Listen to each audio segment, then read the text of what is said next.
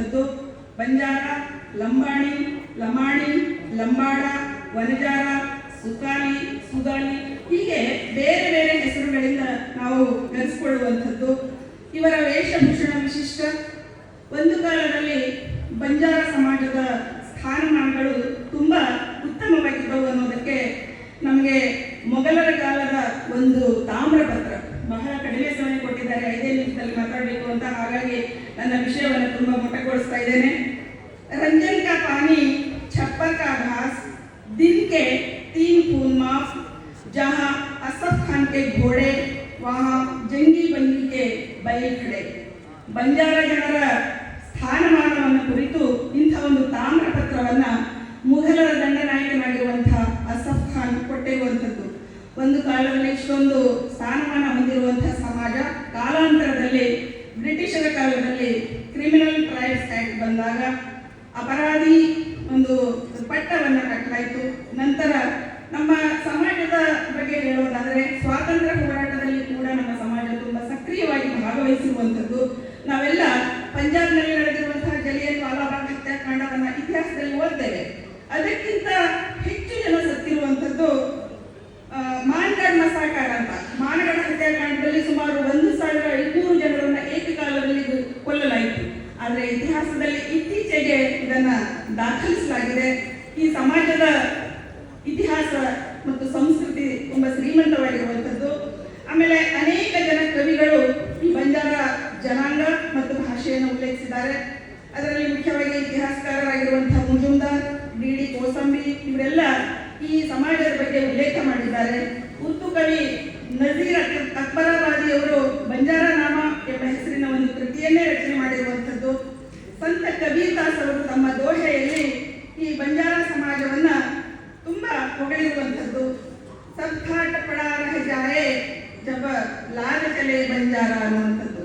ಈ ಕಬೀರದಾಸರ ವೃತ್ತಿಯನ್ನು ಬಂಜಾರ ನಾಮದಲ್ಲಿ ಉರ್ದು ಕವಿ ನಜೀರ್ ಅಕ್ಬರಾಬಾದಿ ಅವರು ಪದೇ ಪದೇ ಅದನ್ನು ರಿಪೀಟ್ ಮಾಡಿದ್ದಾರೆ. ಅಂದರೆ ಬಂಜಾರ ಸಮಾಜದ ಬಗ್ಗೆ ಅವರಿಗಿರುವಂತಹ ಗೌರವವನ್ನು ನಾವು ಇದನ್ನು ನೋಡ್ತೀವಿ. ನಮ್ಮ ಅನೇಕ ಹಿಂದಿ, ಕನ್ನಡ ಭಾಷೆಗಳ ಸಿನಿಮಾಗಳಲ್ಲಿ ಕೂಡ ಬಂಜಾರ ಶಬ್ದದ ಉಲ್ಲೇಖ ಇದೆ. ಹಿಂದಿಯ ಒಂದು ಹಾಡನ್ನು ನಾನು ಇಲ್ಲಿ ಉಲ್ಲೇಖಿಸಲಿಕ್ಕೆ ಬಯಸ್ತೇನೆ.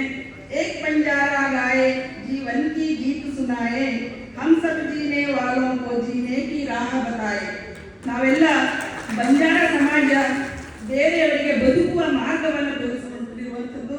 ತುಂಬ ಶ್ರಮಜೀವಿಗಳು, ಯಾವತ್ತೂ ಕೂಡ ತಮ್ಮ ಸ್ವಾಭಿಮಾನವನ್ನು ಬಿಟ್ಟು ಇನ್ನೊಬ್ಬರ ಮುಂದೆ ಕೈ ಚಾಚುವಂಥ ಸಮಾಜ ನಮ್ಮದಲ್ಲ.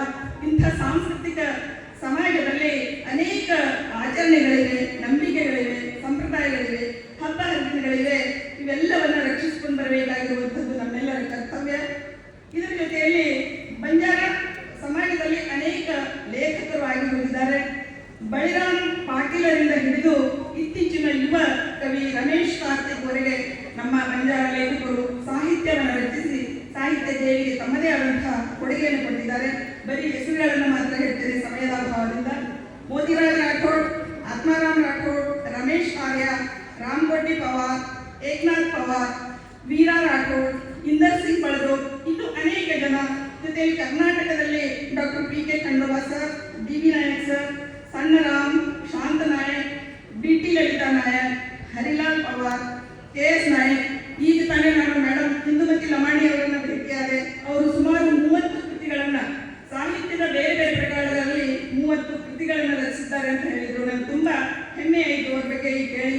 ಆದರೆ ಇಷ್ಟೊಂದು ಸಾಹಿತ್ಯವನ್ನು ನಮ್ಮ ಸಮಾಜದವರು ರಚಿಸಿದ್ರು ಕೂಡ ಉನ್ನತ ಮಟ್ಟದ ಪ್ರಶಸ್ತಿಗಳಿಗೆ ನಮಗೆ ಯಾವತ್ತೂ ಪರಿಗಣಿಸಿಲ್ಲ ಅನ್ನೋದು ತುಂಬ ನೋವಿನ ಸಂಗತಿ. ಈ ಸಾಹಿತ್ಯ ಮತ್ತು ಸಂಸ್ಕೃತಿ ನಮ್ಮ ಭಾಷೆಯಲ್ಲಿರುವಂಥದ್ದನ್ನು ನಾವು ಬೆಳಕಿಗೆ ತರಬೇಕಾಗಿದೆ. ನಮ್ಮ ಎಲ್ಲ ಆಚರಣೆಗಳು ಮೌಖಿಕವಾಗಿವೆ.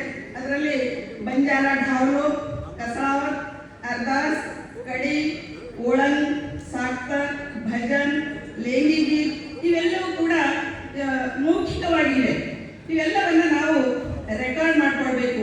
ಯಾಕಂದರೆ ಮುಂದಿನ ಜನಾಂಗಕ್ಕೆ ಈ ಎಲ್ಲ ಶಬ್ದಗಳಾಗಿಯೇ ಉಳಿತೇವೆ ಹೊರತು ಆ ಆಚರಣೆಗಳು ಏನು, ಆ ಹಾಡುಗಳು ಏನು, ಯಾವ ಸಂದರ್ಭದಲ್ಲಿ ಈ ಹಾಡುಗಳನ್ನು ಹಾಡ್ತಾರೆ ಅನ್ನೋದು ಬಹುಶಃ ಮುಂದಿನ ಜನಾಂಗಕ್ಕೆ ತಲುಪಿಸುವಂತಹ ಪ್ರಯತ್ನ ಮಾಡಬೇಕಾಗಿದೆ.